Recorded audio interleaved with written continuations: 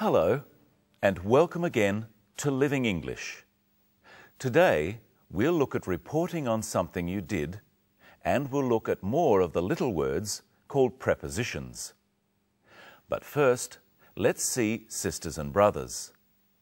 In the last episode, Anne was at the market.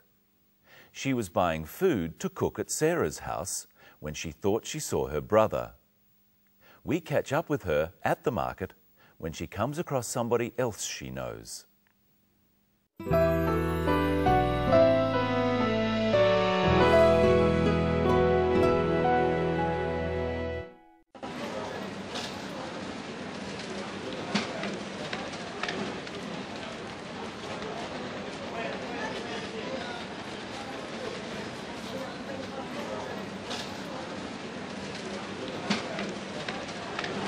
Sorry. Yeah? Steve. Fancy writing into you here. Where off to in such a hurry?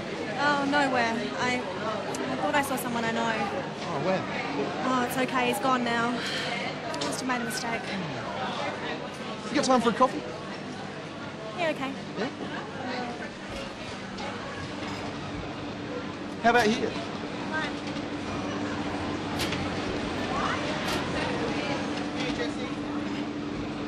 So what are you doing at the market? I'm cooking at your house on Friday, remember? Of course, Friday. That'll be great. What about you? Do you come here often? What's funny? When someone says, do you come here often, it's what we call a pick-up line. You know, when someone's I know what a pickup line is. Sorry. I come here every week to buy fruit. I like fresh fruit for work. What are we having for dinner? You'll find out on Friday. What's in it? Cappuccino? Yep. And a tea, please. Tea? No worries. Do you want me to take your shopping home? I can put it in the fridge for you. No, that's okay. I have a fridge in my room at the hotel. The person you saw, who did you think it was? It's a long story. Maybe I'll tell you later. On Friday? Maybe. Let's look first at how Steve and Anne meet and what they say to each other. Sorry. Yeah? Steve. Fancy writing into you? Where off to in such a hurry? Oh, nowhere. I thought I saw someone I know. First, Steve says, "Fancy running into you." He is surprised at meeting Anne by chance. To run into someone means to meet them by chance, not by arrangement. Practice saying, "Fancy running into you" with Steve. Fancy writing into you? Steve asks her a question. He says, "Where are you off to in such a hurry?" Where are you off to means the same as where are you going? Listen again to Anne's answer. Oh, nowhere. I thought I saw someone I know. We say, "I thought," to talk about ideas we have that might change or that we're not sure about. Anne says that she thought she saw someone she knows, but she isn't sure. Practice saying, "I thought I saw someone I know" with Anne. Oh, nowhere. Oh, nowhere. I thought I saw someone I know. Notice that this has two past tense verbs, I thought and I saw, because both the thinking and the seeing took place in the past. Let's practice saying, "I thought I," with some other examples. Had my passport with me. I thought I had my passport with me. Phoned you yesterday. I thought I phoned you yesterday. Had plenty of time. I thought I had plenty of time. In all these examples, saying "I thought" really means that you now realize you were wrong. I thought can be used in another way, to tell someone else they are wrong. For example, I could say, "I thought I said don't be late." Try these examples. you had the keys. I thought you had the keys. He booked the hotel. I thought he booked the hotel. They said 10 o'clock. I thought they said 10 o'clock. Later, Anne admits to Steve that she thinks she was wrong. Listen to what she says.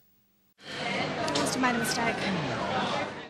Must have is short for must have. Practice saying, I must have made a mistake with Anne. I must have made a mistake. Another way of saying this is, I must have been mistaken. Say this after me. I must have been mistaken. And you can also just say, my mistake. Say this after me. My mistake. Steve asks Anne to have a coffee with him. Watch how he does this. Have you got time for a coffee? Have you got is the same as saying, do you have? So, have you got time for a coffee means, do you have time for a coffee? Practice saying this with Steve. Have you got time for a coffee? Steve is making a suggestion that they sit down and have a coffee. You could use this to make other suggestions too. Try saying, have you got time for these things? For a walk. Have you got time for a walk? To talk. Have you got time to talk? Look at another way Steve makes a suggestion. How about you? Fine. When Steve says, how about here, he's making a suggestion. How about means, what do you think about? Or, is this okay? You can use how about to make any suggestion. It's fairly informal. Try these ones after me. How about going to the movies? How about a cup of coffee?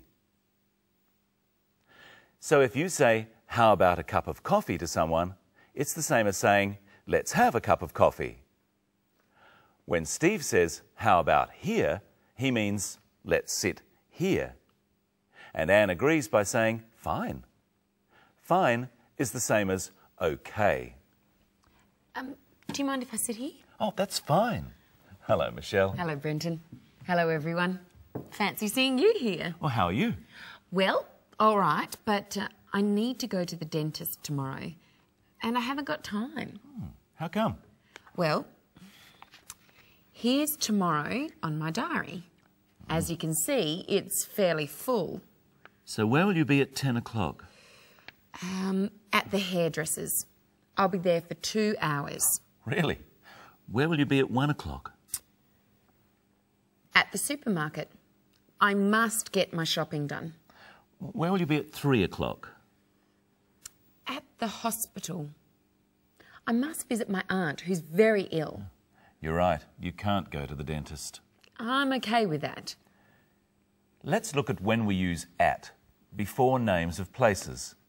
First, listen to Steve and Anne. So what are you doing at the market? I'm cooking at your house on Friday, remember?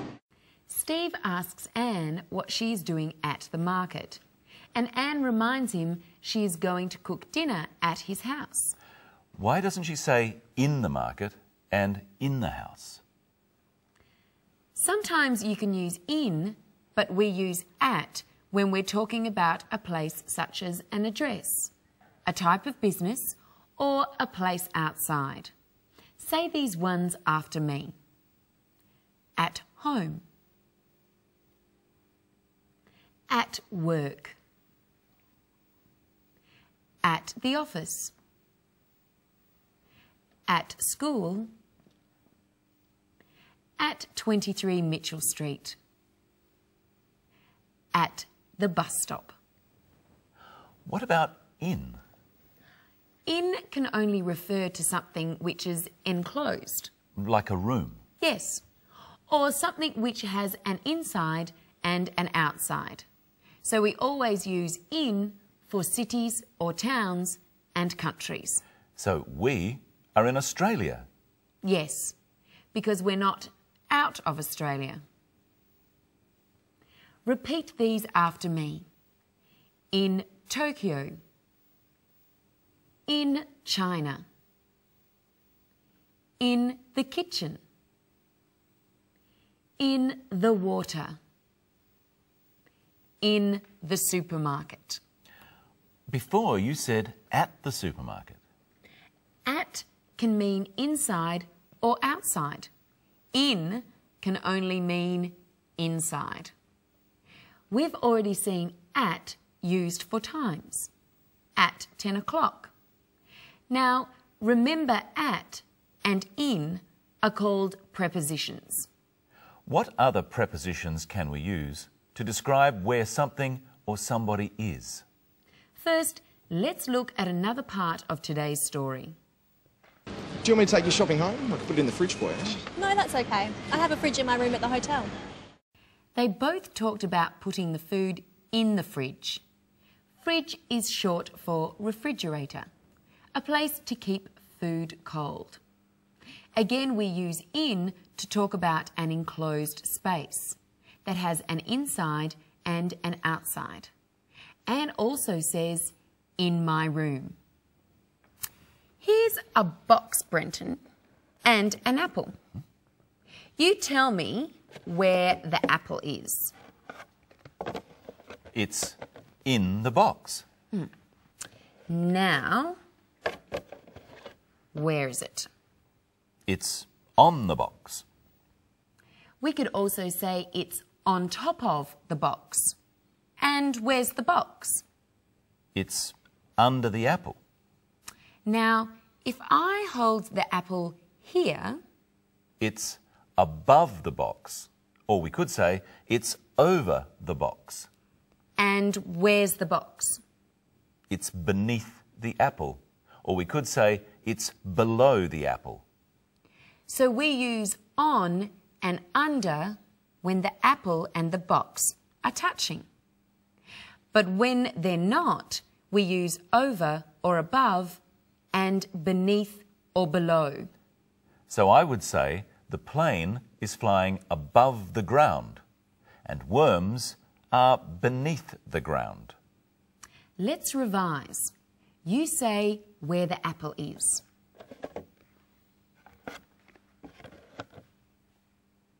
In the box.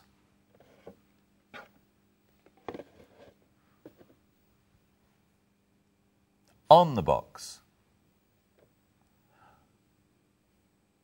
Over the box or above the box. Now say where the box is. Under the apple. Beneath the apple or below the apple. There's two more to learn. What am I doing now, Brenton? You're putting the apple into the box. Into. We use into when talking about actions. Putting the apple into the box. Going into the house. Getting into the car. And what am I doing now? You're putting the apple onto the box. Onto is used for actions too. Well, we're out of time again. And we'll be back next episode when we'll be looking at describing objects and the phrase might have been.